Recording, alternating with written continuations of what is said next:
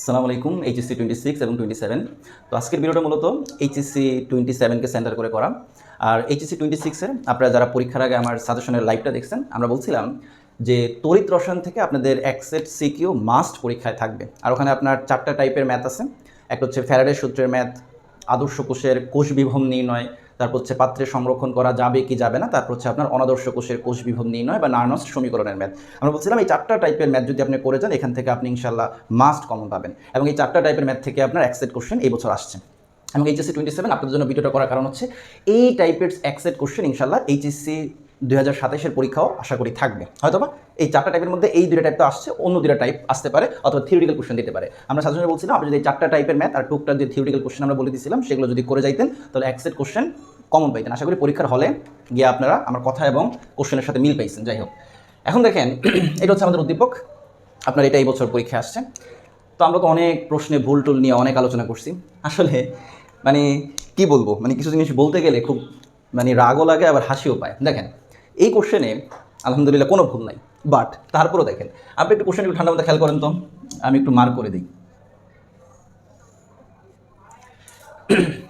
দেখেন তো কোনো কিছু বুঝতে পারেন কিনা। দেখেন এটা আহামরি কোনো ভুল না, এটা আশা করি স্টুডেন্টদের আনসার করতে গিয়ে তেমন কোনো প্রবলেম হয় নাই। কিন্তু আমার কোশ্চেন হচ্ছে এই অসঙ্গতিও কেমন থাকবে।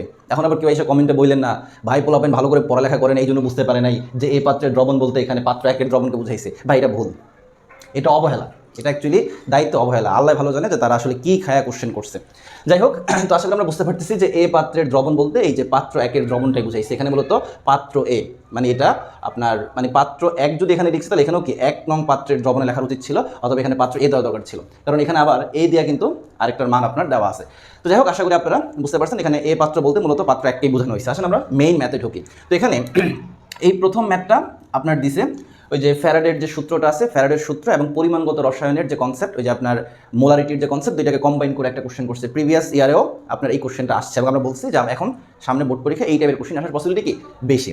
দেখেন এই কোশ্চেনটা মোটামুটি আমরা 3টা ওয়েতে সলভ করতে পারি।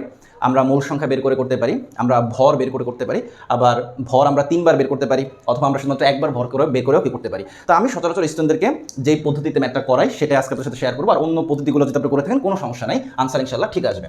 দেখেন শুরুতেই বলছে 2 অ্যাম্পিয়ার বিদ্যুৎ বা তড়িৎ 1.5 ঘন্টা আপনার সময় ধরে প্রবাহিত করলে তড়িৎ বিশ্লেষণের পরে দ্রবণের ঘনমাত্রা নির্ণয় করো। দেখেন এই দ্রবণে আছে আপনার নিকেল ক্লোরাইড, আর নিকেল ক্লোরাইডে আপনার নিকেলটা কি অবস্থায় আছে বলেন তো? নিকেল 2+ অবস্থায় আছে। এখন আমরা তড়িৎ বিশ্লেষ্য কোষের ক্ষেত্রে বলি যে যখন বিদ্যুৎ প্রবাহিত করা হয় তখন ক্যাটায়নটা ক্যাথোডে যায়, আর অ্যানায়নটা কই যায়? অ্যানোডে যায়। তাহলে আমার এই যে নিকেল 2+ একটা ক্যাটায়ন, এটা ক্যাথোডে যাবে। ক্যাথোডিকে কি করবে? সে 2টা ইলেকট্রন গ্রহণ করবে এবং নিকেল ধাতুতে, অর্থাৎ কঠিন নিকেল ধাতুতে কী হবে? রূপান্তরিত হবে। তো প্রথমে আমরা কি করব? আমরা ফ্যারাডের সূত্র ব্যবহার করে এখানে কি পরিমাণ নিকেল ক্যাথোডে জমা হয়েছে সেটা বের করে ফেলবো। অর্থাৎ এই যে 2 অ্যাম্পিয়ার বিদ্যুৎ 1.5 আওয়ার চালনা করার ফলে ক্যাথোডে কত গ্রাম নিকেল জমা হয়েছে সেটা আমরা বের করব। এবং এটার জন্য আমরা কোন সূত্র ইউজ করবো বলেন তো? ফ্যারাডের সূত্র। আমরা জানি W=ZIT।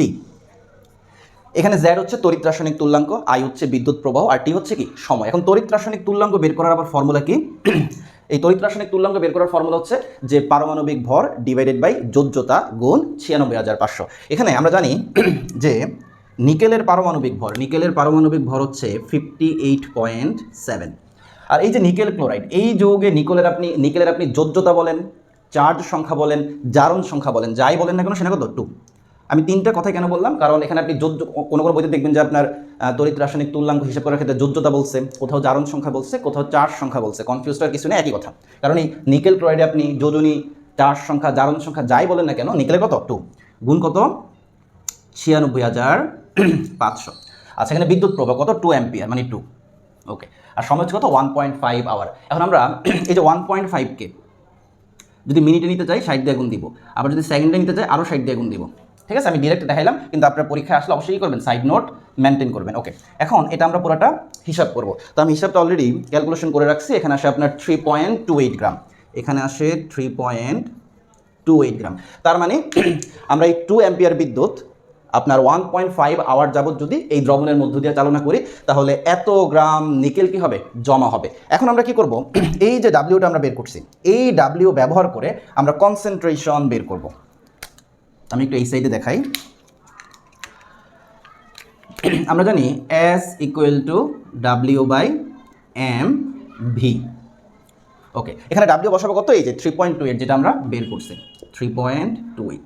ওকে, এই যে m এর জায়গায় আমরা নিকেলের পারমাণবিক ভর বসাবো 58.7। এখন আপনারা বলতে পারেন যে ভাই আমরা তো নর্মালি m এর জায়গায় আণবিক ভর বসাই, মোলার মাস বসাই। দেখেন এখানে আমরা এই যে W যে 3.28 গ্রাম, এটা মূলত কার ভর? এটা কি নিকেল ক্লোরাইডের ভর নাকি শুধু নিকেলের ভর? এটা শুধু কি নিকেলের ভর না? তাহলে আমরা এখানে এই W যেহেতু শুধু নিকেলের ভর, তাহলে mটাও কি হবে? শুধু আপনার নিকেলের পারমাণবিক ভরটা হবে। ওকে, গুণ হচ্ছে আয়তন। আর এখানে অনেকেই 500 সেন্টিমিটার কিউব, দেখেন আমরা জানি 1 সেন্টিমিটার কিউব সমান সমান কত? 1 ml। তাহলে 500 সেন্টিমিটার কিউব সমান সমান কত? 500 ml। তো এটা যদি আমরা লিটারে নিই, লিটারের জন্য 1000 দিয়ে ভাগ করলে কত হবে? 0.5 হবে। আর কেউ যদি সরাসরি এখানে ml আয়তনটা বসান, সমস্যা নেই, তখন কি করতে হবে? 1000 গুণ দিতে হবে। তো আমরা যেহেতু আয়তনটা লিটারে বসাইছি, আমরা 1000 কি করলাম না? গুণ দিলাম না। তাহলে এখানে আমাদের মানটা আসবে হচ্ছে 0.1118, 0.1118 মোলার।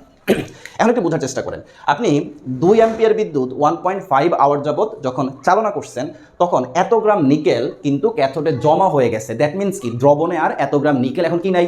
উপস্থিত নাই। আর এত গ্রাম নিকেল কমে যাওয়া মানে এই পরিমাণ ঘনমাত্রা কমে যাওয়া। তাহলে বলেন তো সুতরাং পরিবর্তিত ঘনমাত্রা কত হবে? পরিবর্তিত ঘনমাত্রা, বা আপনি বলতে পারেন যে তড়িৎ বিশ্লেষণের পরের ঘনমাত্রা। তো পরিবর্তিত ঘনমাত্রা বা নতুন ঘনমাত্রা বা তড়িৎ বিশ্লেষণের পরে দ্রবণের ঘনমাত্রা, যাই বলেন না কেন একই কথা। তাহলে এখানে পরিবর্তিত ঘনমাত্রা কত হবে? দেখেন এখানে আপনার বলছে সেমি মোলার। এখন সেমি মোলার মানে কত? আমরা জানি 0.5। আচ্ছা, তাহলে দ্রবণের ঘনমাত্রা ছিল 0.5 মোলার, এবং আমরা তড়িৎ বিশ্লেষণের পরে দ্রবণের ঘনমাত্রা কমে গেছে কতটুকু? এতটুকু। তাহলে আমরা কি করবো? সিম্পলি বিয়োগ করে দিব। তাহলে এখানে আমাদের আনসারটা আসবে 0.3882 মোলার।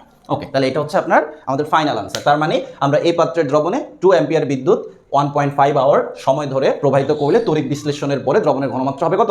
0.3882 মোলার। ওকে, এখন আসেন এই অঙ্কটা আমরা আরেকটা ওয়েতে করতে পারি।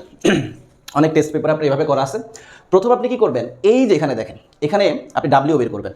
মানে আপনি যদি আরেকটা ওয়েতে করতেন, সেটা আমরা দেখাই দিই। সেখানে আপনি প্রথমে কি করবেন? আপনি লিখবেন যে আমরা জানি S ইকুয়াল টু W/mv। সুতরাং W সমান সমান কি বলেন তো? SMV। এটা W1 ধরেন। তো এখানে আপনি কি করবেন? এই যে মানগুলো এখানে S বসাবেন 0.5, M বসাবেন হচ্ছে ওই যে নিকেলের পারমাণবিক ভরটা, আর V বসাবেন হচ্ছে আপনার 0.5, মানে ওইটাকে লিটারে নিয়ে। ওকে, এখানে আপনি W1 বের করলেন। দেন আপনি এই সূত্রটা ইউজ করবেন, W2 বের করবেন। ওকে, দেন আপনি কি করবেন? W3 বের করবেন। W3 কি হবে? W3 হবে W1 মাইনাস W2। এরপর আপনারা কি করবেন? যে W3 ব্যবহার করে আপনি এই সূত্রে W3 বসাবেন। তখন আপনি যে ঘনমাত্রা পাবেন সেটা সরাসরি কি হবে? আনসার হবে। তো আমার কাছে মনে হয় যে এটার থেকে আমরা যে মেথডটা দেখাইছি এতে আরও ফাস্ট আর অল্প সময়ে কি আপনার এখানে দেখেন কতবার আপনার সূত্র ইউজ করা লাগতেছে? 1 বার, 2 বার, 3 বার, তারপর 4 বার, প্রায় আপনার 4 বার ফর্মুলা ইউজ করা লাগতেছে। বাট আমরা যেভাবে করাইছি এখানে আপনার 2 বার ফর্মুলা ইউজ করলে কি আনসার হয়ে যাবে। তো পরীক্ষায় আপনি এভাবে করেন আর এভাবে করেন, ইনশাআল্লাহ ফুল মার্কস পাবেন। তো আসলে বুঝছি আমরা কি করবো? প্রথমে এটার জন্য W বের করবো, যেখানে কত গ্রাম নিকেল আছে। দেন আমরা এই সূত্র ইউজ করবো যে কত গ্রাম নিকেল জমা হয়েছে। পরে আমরা কি করবো? বিয়োগ করে যেটা পাবো সেটা কি? কত গ্রাম নিকেল কি দ্রবণে রয়ে গেছে। তো ওইটার জন্য আবার কি করবো? এই মোলারিটি সূত্র ইউজ করে ঘনমাত্রা বের করবো। সেটাই আমার কি হবে? পরিবর্তিত ঘনমাত্রা বা নতুন ঘনমাত্রা হবে। ওকে, এবং এটা খুবই গুরুত্বপূর্ণ প্রবলেম। এর আগেও বোর্ড পরীক্ষায় অনেকবার আসছে এবং ফিউচারেও ইনশাল্লাহ আসবে। যারা এখন সেকেন্ড ইয়ারে আসেন দেখবেন যে আপনাদের প্রি টেস্টে এখান থেকে ইনশাল্লাহ কমন পাবেন। ওকে, এখন আসেন উচ্চতর দক্ষতায় খুবই সুন্দর একটা কোশ্চেন দিচ্ছেন যে পাত্রে সংরক্ষণ করা যাবে কি যাবে না। এটা আমরা একটু শর্টলি একটু বেসিক বলি, এত ডিটেলসে আমরা না যাই। আপনার মাথায় রাখবেন যে পাত্রে সংরক্ষণ করা যাবে কি যাবে না, এই টাইপের ম্যাথ যখন আসবে তখন যেটা পাত্র সেটা হবে অ্যানোড। কি বললাম? পাত্রে সংরক্ষণ করার ক্ষেত্রে এই টাইপের ম্যাথে যেটা আমাদের পাত্র সেটা হবে কি? অ্যানোড। আর ওই পাত্রের মধ্যে যেই লবণটাকে বা যেই দ্রবণটাকে রাখা হবে সেটা আমার কি হবে? ক্যাথোড হবে। তাহলে পাত্রটাকে আমরা অ্যানোড ধরবো এবং পাত্রের মধ্যে যেই দ্রবণটা রাখার কথা বলতেছে সেটাকে আমরা ক্যাথোড ধরবো। ক্যাথোড ধরে আমরা কি করব? কোষ বিভব নির্ণয় করব। এবং কোষ বিভব নির্ণয় করার পরে দেখেন এই যে ই নট সেল, এই মানটা 0 থেকে বড় অর্থাৎ পজিটিভও আসতে পারে, অথবা 0 থেকে ছোট অর্থাৎ নেগেটিভ আসতে পারে। আর 0 থেকে বড় মানে কি বলেন তো? কোষ বিক্রিয়া স্বতঃস্ফূর্ত হয়। তাহলে 0 থেকে বড় যখন মানটা আসবে দ্যাট মিন্স কি? আপনি যখন ওই ধাতুর পাত্রে ওই দ্রবণটাকে রাখবেন তখন সেখানে স্বতঃস্ফূর্তভাবে কি হবে? জারণ বিজারণ বিক্রিয়া হবে, যার কারণে পাত্রটা ক্ষয় হবে, দ্রবণটা কি হবে? নষ্ট হবে। তার মানে রাখা যাবে না। বাট যদি ই নট সেলের মানটা ঋণাত্মক আসে তখন অর্থাৎ কি কোষ বিক্রিয়া স্বতঃস্ফূর্ত হবে, তার মানে ওই পাত্রের মধ্যে আপনি যদি ওই দ্রবণটাকে রাখেন কোনো প্রকার বিক্রিয়া হবে না, যার কারণে ওই পাত্রে ওই দ্রবণটাকে দীর্ঘদিন সংরক্ষণ করা যাবে। তাহলে বেসিকলি আমরা মূলত ই নট সেল বের করবো। ই নট সেলের মান পজিটিভ আসলে পাত্রে সংরক্ষণ করা যাবে না, আর নেগেটিভ আসলে কি সংরক্ষণ করা যাবে। তো আমরা তো ডিটেলসে লিখতেছি না, আমরা সরাসরি ধরেন ই নট সেল নির্ণয় করতেছি। তো প্রথমে আমরা এক্স ধাতুর ক্ষেত্রে দেখি। তাহলে আমরা যেহেতু এক্স ধাতুর পাত্রে এর লবণটাকে রাখবো, তাহলে এক্স কি হবে? অ্যানোড। তাহলে আমাদের ই নট সেলের ফর্মুলাটা আমরা একটু লিখি। মাথায় রাখবেন ই নট সেল যখন বের করবেন, আমি দুইটা একসাথে দেখাই, মানে এক্স ধাতুর জন্য এবং ওয়াই ধাতুর জন্য দুইটাকে আমি ধরেন এখানে একসাথে আপনাদেরকে দেখাই দিই।